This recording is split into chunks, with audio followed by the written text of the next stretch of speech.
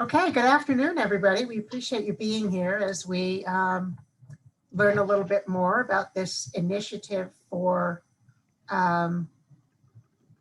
surveillance testing throughout the state. It's pretty exciting actually to be able to participate in this information data gathering experience. And I'm glad that you're able to make it here today. It's just an information sharing opportunity with what we do know and how we might be able to proceed. I'm going to start with asking Allison Conyers, the COVID coordinator from her school district, who put together the implementation for surveillance testing document that was shared as a guideline. So, Allison, thank you very much for the work that you have done and for agreeing to share how that all came about and what we can learn from you. Thanks. Well, thanks, Soph. I'll just briefly share that Tuesday morning, I got an email from my superintendent that said, we need to figure out how this is going to work next week. Let's get started. Tuesday afternoon, she asked me to just put together a kind of a step-by-step process for what we think this might look like, and trying to figure out how we can logistically make this work in our school district, what staff we might need, what tools we might need, how we might be able to move staff around, were we going to do this at every single school? Those sorts of questions came up. So I utilized the original email that came through from the Agency of Education that did a little bit of explaining about the process of surveillance, why we were doing this, and where the testing sites could occur. And then joined with you all yesterday to listen to Ted Fisher and scrambled to write notes of everything that he said. And so I gathered that email and the notes that that I took yesterday from Ted Fisher's conversation with us and tried to develop a sort of step-by-step plan, because my superintendent and I met today at 2 o'clock to see how we were going to make this work next week. I also wanted to prepare this plan last night to meet with our district nurses, because our superintendent made it clear that she wanted to offer this at every school across our school district. So I wanted the input of all my school nurses in the school district as well, to how this was going to work at their building in addition to mine.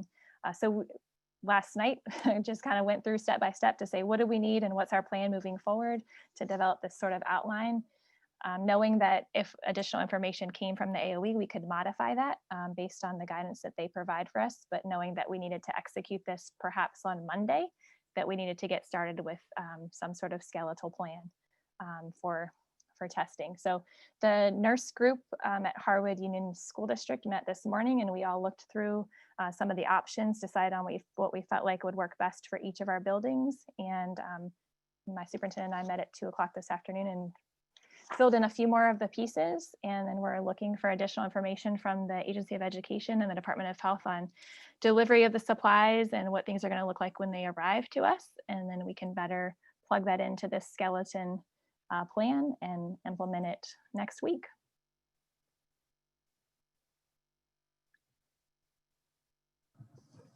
Thank you very much for that, Allison. It has been very informative. For those of us that are overwhelmed with things, it was nice to have a skeleton outline, and I am very appreciative of that piece. COVID coordinators and superintendents received an email from Dr. Dan French late this afternoon with some additional information and some brief Q&A, as well as a reminder of what it is that we can expect coming up.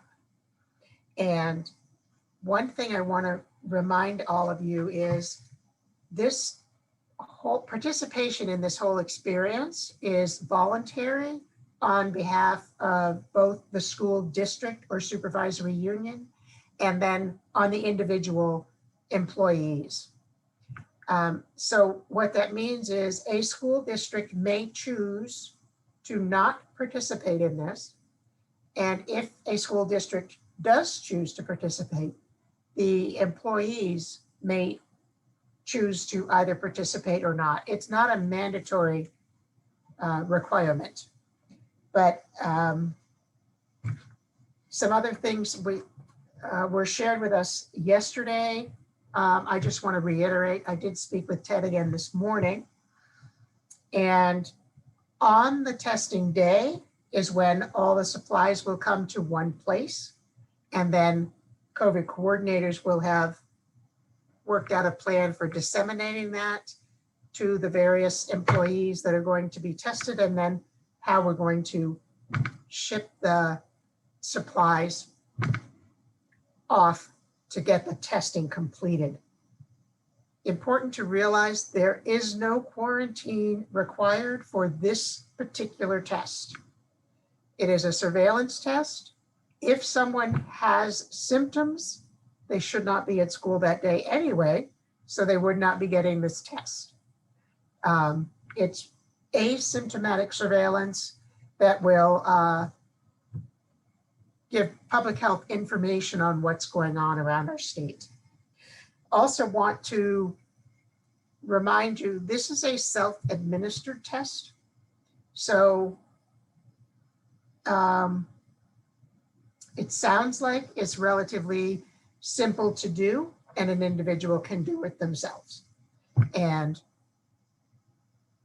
that's important for people to know. It's not what many folks call the brain swab. It is self-administered. It is a PCR test.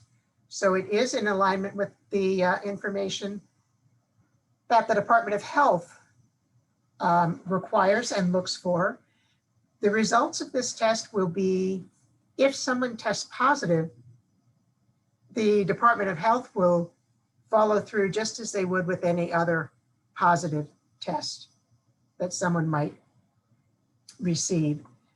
So what I do know now at this point from the Department of Health, the Agency of Education, is that everyone should have completed the survey for what days your school would not be able to do this.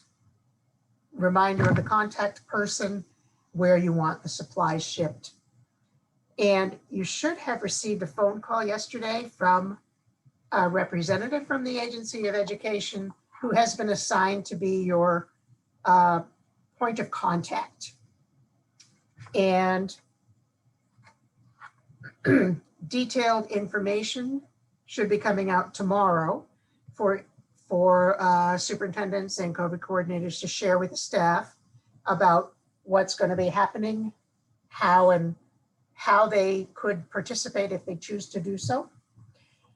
And we also can expect tomorrow or Friday at the latest, the instructional information for the training that needs to be done at our local level to get the information. And I suspect they've included that a detailed timeline of actions similar, I'm expecting, to what Allison worked on. The AOE email that came to the COVID coordinators this afternoon, the final bullet is a detailed timeline of actions to be taken before, during, and after the testing. So by gathering together yesterday with Ted and asking questions and getting some responses, and then gathering today as well, we have a little bit of a better understanding of what might be expected and a little bit more of a, hopefully, better understanding of which direction we could go. Becca, did you want to share anything? No, I'm not seeing any questions in the chat. If you have some, please, please put them there, and we'll see if we may end up with more questions than answers, and that's okay. Sorry, I couldn't find my my unmute button. I think that you covered everything that we learned yesterday from Ted Fisher, and I think the most important thing is that we need to be in close communication with our superintendents and really be in line with what our teams and our school districts are doing to make this a very quick turnaround, but also a smooth process. And the tool that Allison shared with us to allow us to share it with all of you this morning was mostly just to help in that smooth process. And we're all in this together statewide. And I think we just wanted to help in any way that we can. So again, just please be in close contact and relationship with your team-based district teams. Okay, I'm going to try to answer these questions that I have the answers to. And I will just tell you if I don't have the answers, but we'll certainly share these questions with the AOE as well. I know they were appreciative of the questions that were raised yesterday. So do we know if there will be any storage or temperature requirements of the test? I don't know that. I don't believe there is a temperature concern though. My understanding is this is similar to what we have seen nationwide where various college students are testing themselves on a regular basis and putting the test results into a biohazard envelope and mailing it. I think it's going to be relatively simple to use in that respect. I have a question. We're considering a drive-through model. What PPE is required? We don't have the answer to that, but the individual will be performing the test on themselves. It's not one that requires the nurse or anyone else to do it. Timeline email, Chantel, that is coming from the AOE sometime tomorrow or the next day. That's not anything we have. Turnaround time on the tests, I don't have the answer to that either. The test results will be going to the Department of Health and the individual.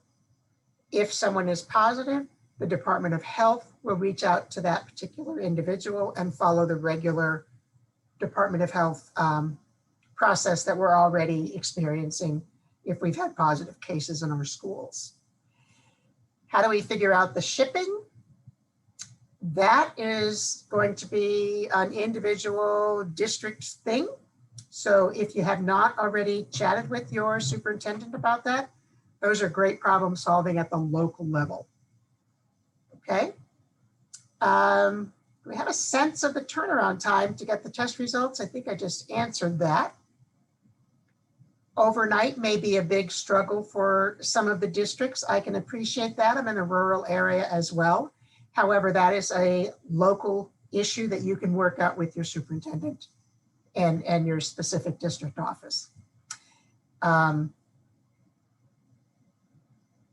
recognize it's a lot for all of us to take on, and at the same time, I'm thankful for the public health strategy, as I think it will give our state valuable data that will help us create a roadmap for our state over the next few months.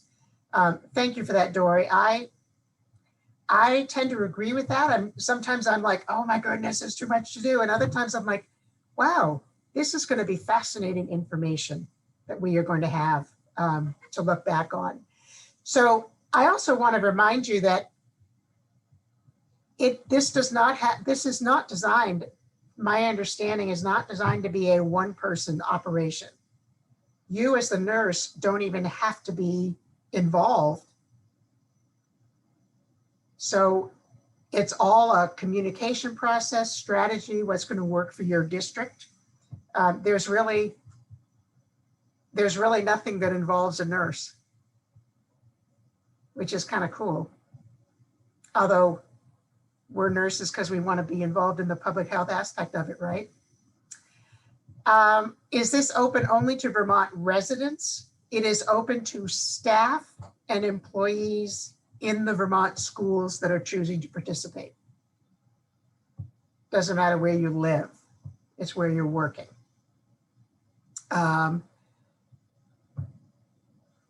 Somebody up in Northeastern Vermont worried about being told to test on Monday. We were wondering how we should test. Can we keep the test outside? Again, I don't know any of that specific information.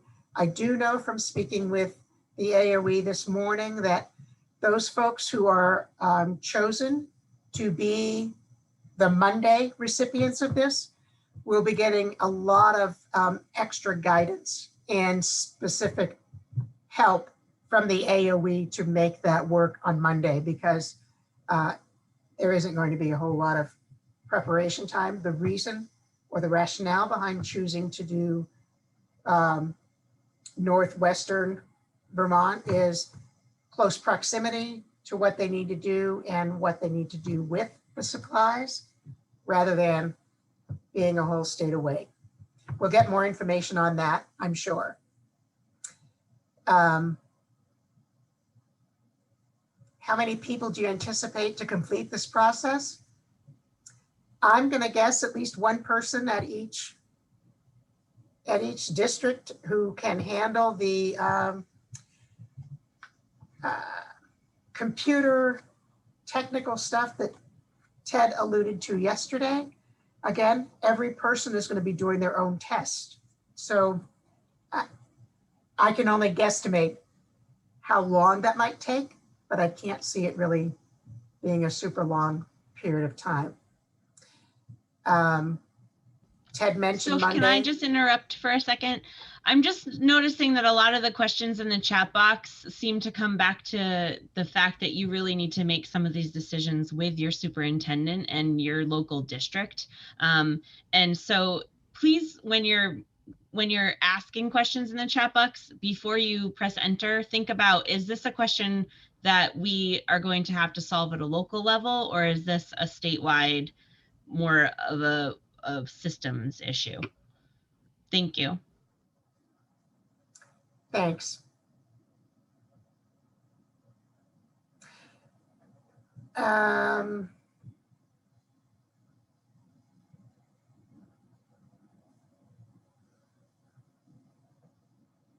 Again, superintendents are going to have specific information. The email that went out today was sent to superintendents and COVID coordinators. The only way this is going to work is communication. And again, everything's going to be specific to your district. So we're able to share only the basic general information that we have at this point. Do we have any idea of how much space this will take up? That's a good question. I have no idea. Just like I have no idea how many people in your school district might opt in to this testing. I don't know. This is, they're calling this like tier 1. This is the first round where it's being offered all over the state. And then next month, it will be weekly offered in a roughly 25% of the state at a time.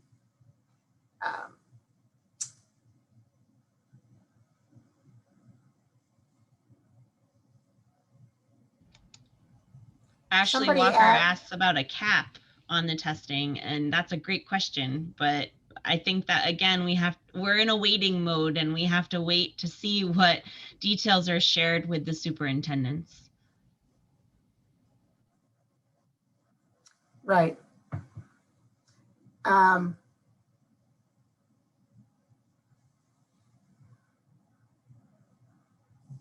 That's a great question.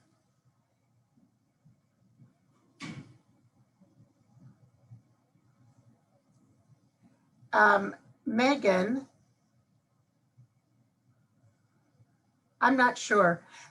I see a question here about Monday, and the email that the COVID coordinators received indicated that if your school district was being chosen for the Monday testing, you would be notified directly. And you may not get that notification until tomorrow or Friday even. I don't know.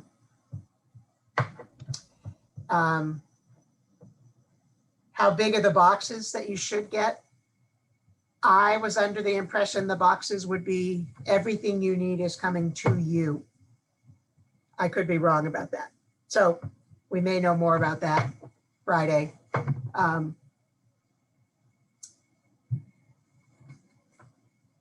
Great. I'm seeing confirmation that if you're testing on Monday, you'll be notified today or tomorrow morning, probably, if you haven't already received it this afternoon. I have no idea what the plan is for the 25% in December. And I don't know what that's going to look like. My understanding is it's going to be regional, that one region of the state will have the opportunity 1 week and another region another week. We'll find out more about that as it moves along. And we'll find out more information, exactly how it's all going to work when we get that information from the AOE. So I appreciate the questions that you're asking. We'll certainly capture them and share them with the AOE. I suspect that many of these questions are also questions that they're asking themselves. How is this going to work? And it's just taking, of course, we all want the answers day before yesterday. And that's just not the way it's happening for us right now.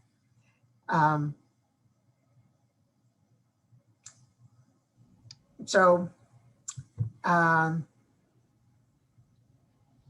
think that Katie has said it sounds like the best place to start is with the skeleton plan that Allison put together. I agree. I think that's fantastic. If you have not already spoken with your superintendent, I would encourage you to do that. And then the two of you can figure out, maybe through leadership team or however decisions are made in your school district, which direction to go and how to move forward with that. When I was speaking with Ted yesterday, he seemed to indicate that if PPE was needed, it would be coming. So if we need extra gloves, he was under the impression that it would be coming. I don't know. So can I just speak? One of the bullets in that skeleton plan that I put together, I just went to the CDC website to see if they had some guidance on what to do and how to do this collection. So I put a link in there for CDC's guidance on observing the self-administered task. And it did say that gloves were recommended and that healthcare personnel were recommended to wear a face covering. It didn't say that they had to wear a surgical mask. It just said a mask or a cloth face covering. So I hope that helps a little bit, but maybe some of those links from the CDC could be helpful until we get more information that gives us direction otherwise. Okay, yep, I appreciate that. Cindy Hale, I'm not in charge of this process. I'm just helping navigate some of the logistics of it. Appreciate it. And I appreciate all of you and I appreciate your questions. Know that you are not alone in your questions and we'll figure it all out, which is kind of exciting. I'm going to encourage you also to send your questions to the AOE email address, carbon copy us. That's really great because we are then, I am in contact with Ted and the other Agency of Education folks frequently. And as the executive board of the VSSNA, we continue to work in partnership with the Superintendent's Association. And that's really what we're all about, is partnering with the community to keep us all healthy. Soph? Yes, Susie, I was just going to call on you. Okay, thanks. I'm sure many of you have done this already. Last night when my superintendent and I were trying to digest the information that was shared with Ted yesterday, we decided to send out a survey to all the staff and give them the sort of preload some of the information about that it was voluntary, where the results would go, why we're doing this, just to clarify exactly what it was. And that the test was, this wasn't the sign up or anything. It was, you could opt out or opt in later, but we were just trying to get an idea of how many people are we talking about. I appreciate And that, that Susie. might be helpful for some other people. I haven't read your thing, but yeah, maybe it's in there, but No, I appreciate that. In my district, we opted not to do that because we don't have all the answers. And So I again, opted yeah, not to. It's a again, district discussion. yeah, again, it's really a discussion, like you said, Susie, like you and your superintendent discussed that, and that is a district by district decision. And so really we just need to have that conversation with our superintendents and the school district team that they've put into place to make those decisions district by district. All right. I want to thank you all again for being here. Allison, thank you so very much for all your hard work putting together the skeleton timeline. It's been very helpful. And I hope that I'm in agreement with Kelly Landwehr. It doesn't sound like we have the hardest part. It sounds like the Department of Health has the hardest part, getting things together and ready for whoever is going to deliver it to us. Again, thank you, and we'll be in touch, and we'll all be sure to chat about the data when we get those results back. Okay? Thank you, and have a great evening.